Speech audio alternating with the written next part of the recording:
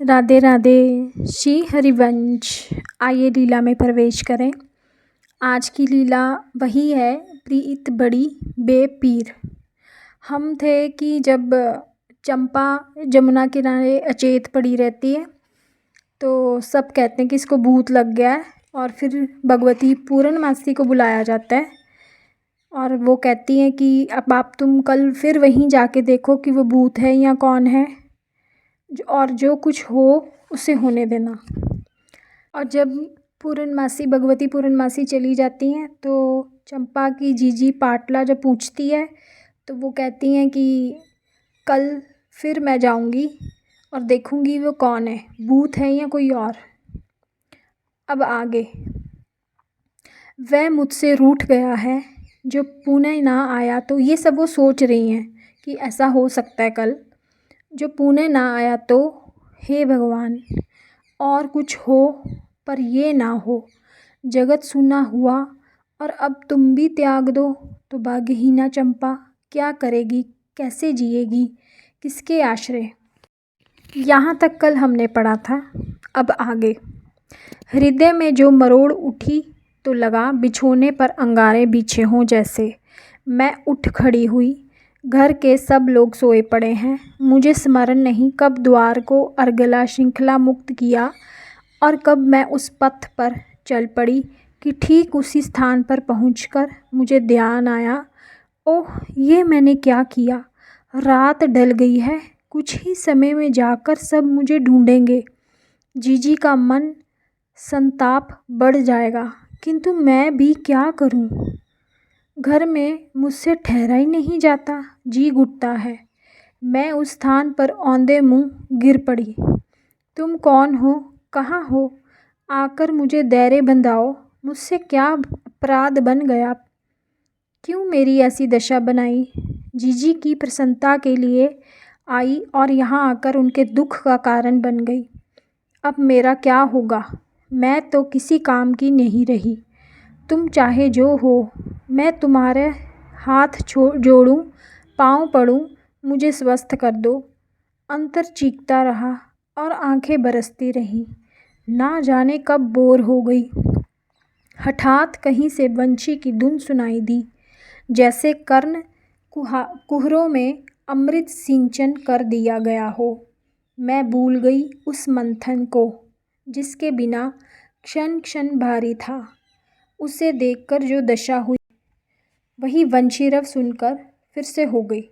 प्राण आनंद से अचेत होकर कानों में जा बसे। ना जाने वह ध्वनि कब विरमित हुई। मुझे ध्यान आया तो मन गलानी से छटपटाने लगा। हाय, ये अभागे प्राण क्या क्या चाहते हैं। आह विधाता, तूने दो आँख दो कान देकर क्यों जन्म दिया। ऐसा मन ही क्यों दिया जो कभी रूप पर और कभी राग पर न्यौछावर हो जाए। कल का रोग मिटा नहीं और नया और लग गया। नारी तन पाकर भला ऐसी मनस्थिति धिक्कार है, इससे तो मृत्यु बली। आगे का सीन और है घर का। पाटला जब देखती हैं चंपा घर में नहीं है, मैंने उठते ही कहा तो वह चौंक पड़े। कहाँ गई, जमुना तट गई होगी, कहीं जल में न कूद पड़े। कल भगवती ने कुछ कहा तुमसे, मैंने चिंतित होकर पूछा। चिंता जैसी कोई बात नहीं, यही कहा सबसे। मैं जाऊं एक बार और भगवती पूर्णमासी के पास। ना जाने क्या हुआ छोरी को, मैया को क्या मुंह दिखाऊंगी मैं। मैया कुछ भूत भूत की बात कह रही थी, तुम समझते क्यों नहीं। भूत कहाँ से आएंगे व्रज में, अब तक तो कभी देखा सुना नहीं किसी को भूत लगते। कोई रोग हो गया है, बेटी की जात है, किसी से कह भी नहीं सकते। माता पूर्णमासी के स्पर्श से ही सब रोग दोष भाग जाते हैं, किंतु हमारा भाग्य कि उन्होंने भी कुछ नहीं किया। मैंने कहा, सुना है कन्हई के स्पर्श से भूत या कोई रोग नहीं ठहरते। मंगल लाला गए थे। कन्हई बोले, यमुना तट को भूत मेरे बस को ना आए। ना हो तुम महर्षि शांडिल्य के समीप हो आओ। अच्छा।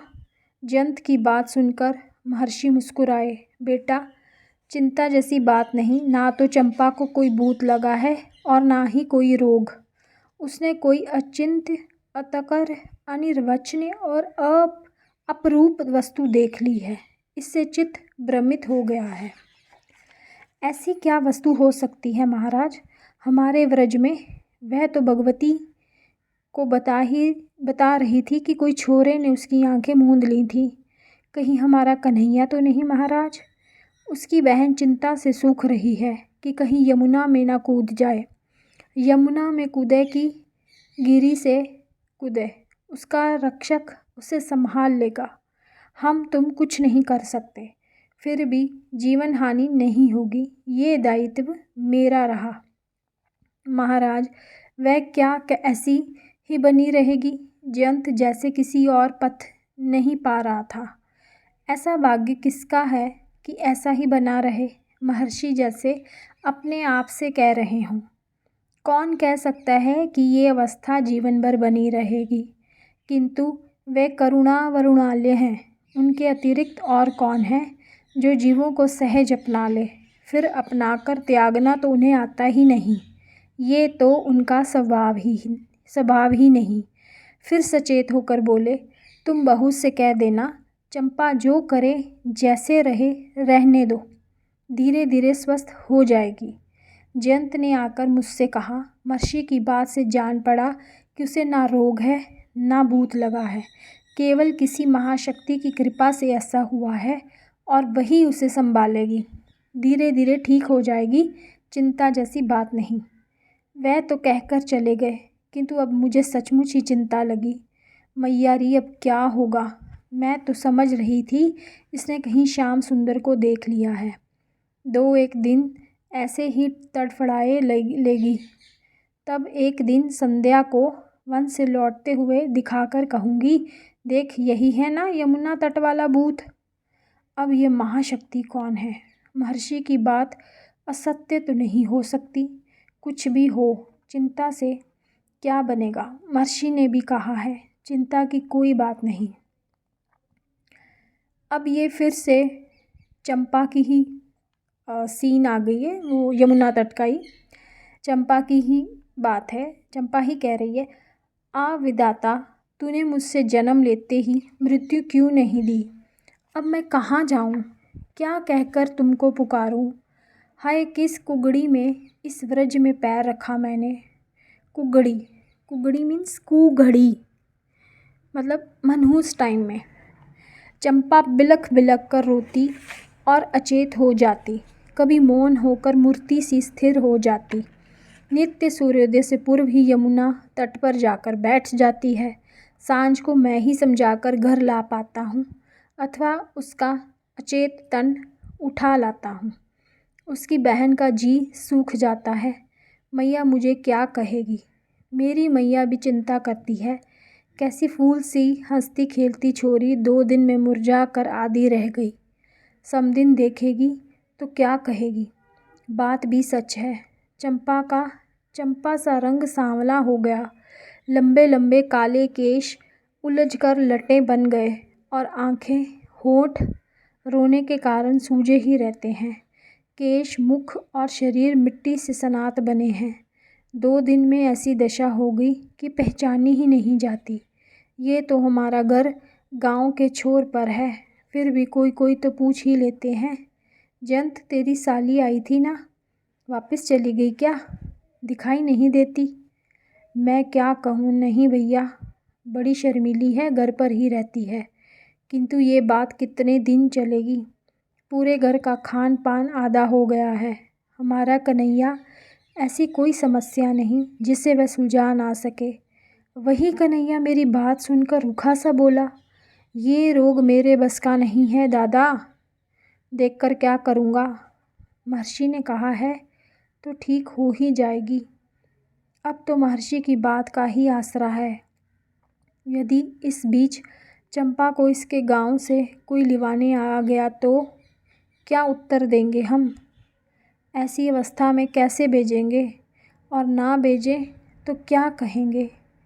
हे भगवान, ये क्या हो गया? बाकी की लीला हम कल करेंगे। तब तक के लिए राधे राधे। श्री हरिवंश।